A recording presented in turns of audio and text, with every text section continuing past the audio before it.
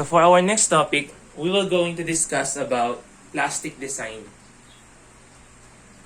So plastic analysis is defined as the analysis in which the criterion for the design of the structure is the ultimate load. Kasi when dealing with plastic design, nangyayari kasi nagbabago yung mga stress diagram natin. So usually, yung stress diagram natin for a certain W section, ganito lang siya. So dahil nga nagbabago yung mga loads na ina-apply natin, and at the same time, ang daming changes na nangyayari sa application ng loadings natin sa mga beams natin, kaya yung nangyayari from this stress diagram, nag-e-evolve yung stress diagram natin. That's why, sa plastics design, we are considering yung ultimate load natin. So let's consider let's say na meron tayong simple beam behavior throughout the full range of loading from a very small load to the point of collapse. So, small load lang yung kino-consider natin, kaso nga lang, as changes goes by, nangyayari is from small load, unti-unting tumataas yung mga loadings natin sa mga structure natin. That's why nagkakaroon tayo ng plastic analysis. When the bending moment is increased at a particular section of the beam, it will produce a linear variation of stress until yield stress is reached in the outermost fibers as shown. So normally, ito lang yung stress distribution diagram natin. So for this one, yung tendency, yung bending stress natin on the outermost fiber of your beam, yung bending stress natin na F, so let's say F na lang, so that is less than dun sa yield stress natin. So for this one, yung nasa gitna natin, ito yung neutral axis. So nangyari for this stress diagram, yung bending stress natin dito sa pinakadulo or the maximum bending stress, that is less than to the yield stress.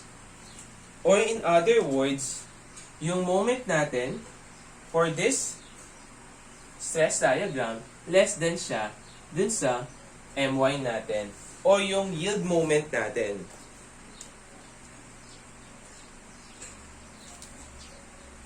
So next naman, so dahil nga tumataas yung mga loadings natin, there are times na yung F natin mag-e-equate siya dun sa value ng Fy natin. And kung nagparehas yung value ng mga stresses natin, siyempre gano'n din yung mangyayari sa mga moment natin. So mag-e-equate sila. So yung tawag natin sa state na to, ito yung tinatawag nating elastic distribution of stress.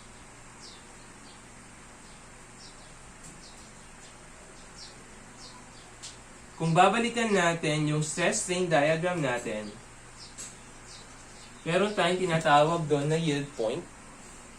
And from that yield point, hanggang sa pababa ng mga stresses natin, elastic pa rin yung mga material natin. So kung matatandaan natin, meron tayong stress strain diagram, stress strain. So tapos from this point, tapos meron tayong yield point dito. So yung yield point natin na yon, meron siyang kalakip na Fy. So for this part, lahat ng nasa ilalim niya, it is considered as an elastic distribution stress.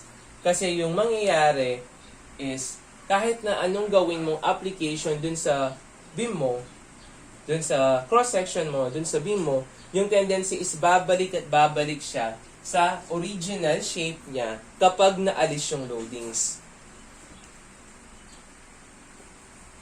So for this time naman, meron tayong tinatawag na elastoplastic distribution of stress. Kasi yung mangyayari, yung nasa taas ng fiber natin, yung stress niya, mag-e-equate siya dun sa yield stress. And sa bottom din, gano'n din yung mangyayari.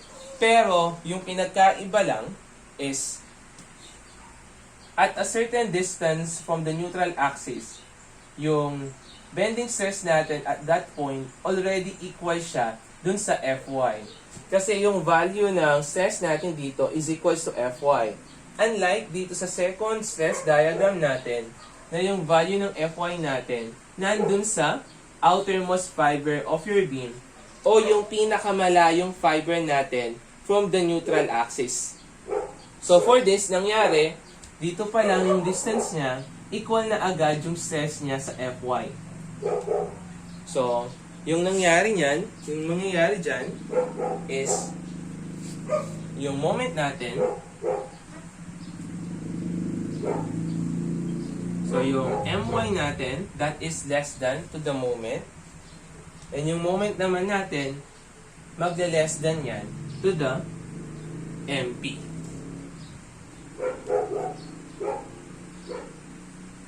So, yung value ng My natin, that is less than the actual moment. But yung actual moment natin, that will become less than to the value of your plastic moment. So, for this, ito yung tinatawag nating elastoplastic stress distribution. Kasi nasa gitna siya ng elastic distribution at saka plastic distribution of stress. So, kapag lahat ng fibers natin from the neutral axis pataas hanggang dito sa outermost fiber is na-reach niya yung stress natin hanggang Fy. Kasi lahat ng stresses natin from the upper part ng neutral axis and downward part ng neutral axis natin, that is equal to Fy. So, meron na tayong tinatawag na yung value ng moment mo that is already equal to the plastic moment. So, ganun nangyayari yung mga stresses natin sa mga beams natin. At yung tinatawag natin for this diagram, for this two, ito yung tinatawag natin plastic distribution of stress. So, yung tendency kasi kapag sinabi nating plastic distribution of stress, at least, mas matatag, mas kakayanin ng beam natin yung additional load. Kasi from this example, so imaginein mo kahit magdagdag ka ng load, kakayanin pa rin ng mga fibers natin yung load natin. Kaya nga, for plastic design, we are considering yung ultimate load natin. So, diba, pansinin natin yung mga maximum stresses natin or the maximum bending stress from the formula itself, FB is equals to MC over I. So, sa bawat pag-compute ng mga stresses natin at every fiber ng beam natin, pare-parehas lang yung value ng M and the value of your I. Dito lang nagkakaiba.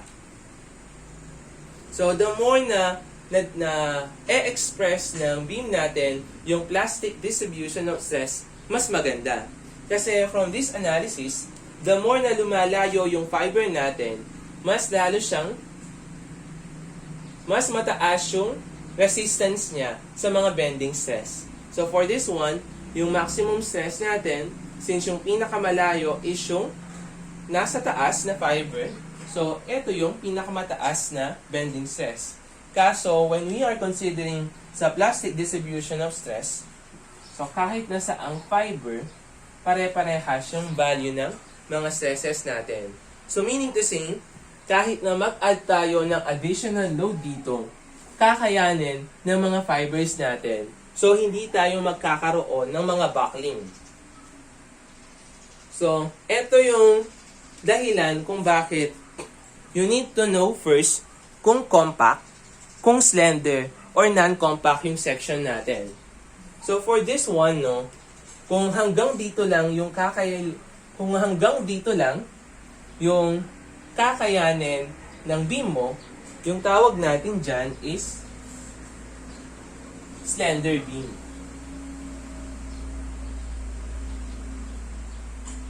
Next naman. So meron tayong tinatawag na non-compact section. For the non-compact section, it exhibits itong plastic distribution natin dito sa part na to. So, ito yung tinatawag nating non-compact. And yung susunod naman is, siyempre, ito yung tinatawag nating compact. Kaya nga, as much as possible, mas maganda na compact yung section natin. So, usually, hindi lang naman sa mga column nagkakaroon tayo ng buckle or buckling. Meron din tayo sa lateral buckling or torsional buckling. Kaya yung tendency is tinutukuran natin yung mga biga natin laterally. And also, meron din tayong buckling na nag-aakar sa top ng flange natin. That's why, napaka-importante na malaman mo itong plastic design. So, for this one, to calculate for the values of your plastic analysis, so, para malaman natin yung mga shape factor natin, so, paano natin kukunin yung value ng plastic moment? So, for that, so, let's consider etong sa plastic distribution of stress natin. So, for this one, since meron tayo dito, so, kinonsider natin dito na simple beam. So, yung nasa taas, that is compression. Sa baba is tension. So, para makuha natin yung force, so, always, di ba, yung stress natin, so, yung stress natin, that is force all over area.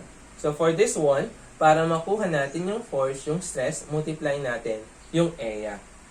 So, for this one, gagawin natin, we have compression dito. Sabihin natin letter C.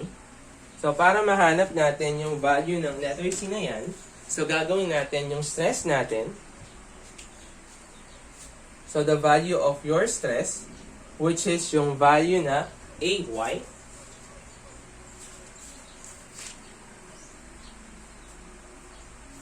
multiplied by the value of your area.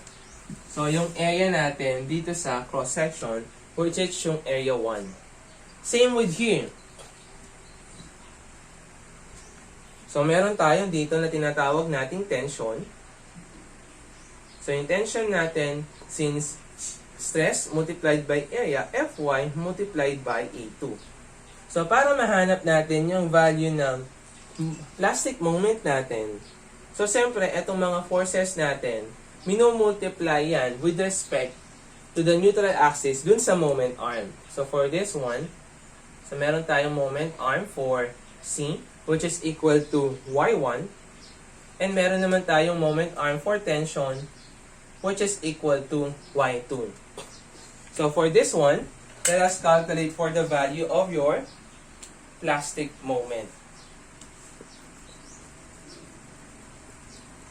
So, for the plastic moment, that is equal to MP is equals to C multiplied by Y1 plus T multiplied by Y2. So, the value of your C is equals to Fy A1 Y1 plus the value of your T is Fy A2 Y2. So, for this one, meron tayong common factor na y, Fy. So, the value of your plastic moment is equals to Fy multiplied by A1 Y1 plus A2 Y2. And kung aayusin natin yung formula natin, we will have Fy. So, ito naman, that is also equal to the integration of y dA. Wherein yung YDA na yan, ito yung tinatawag nating plastic modulus, where Z is equals to A1 Y1 plus A2 Y2. So, yung Z na to, ito yung tinatawag nating plastic modulus.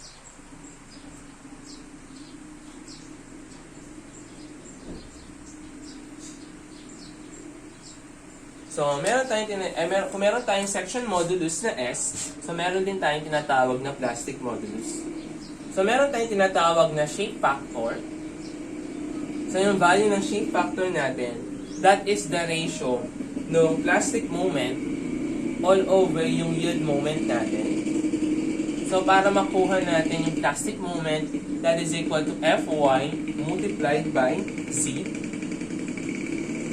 Yung yield moment naman, that is equal to Fy multiplied by S. So yung shape factor natin, that is equal to Z over S.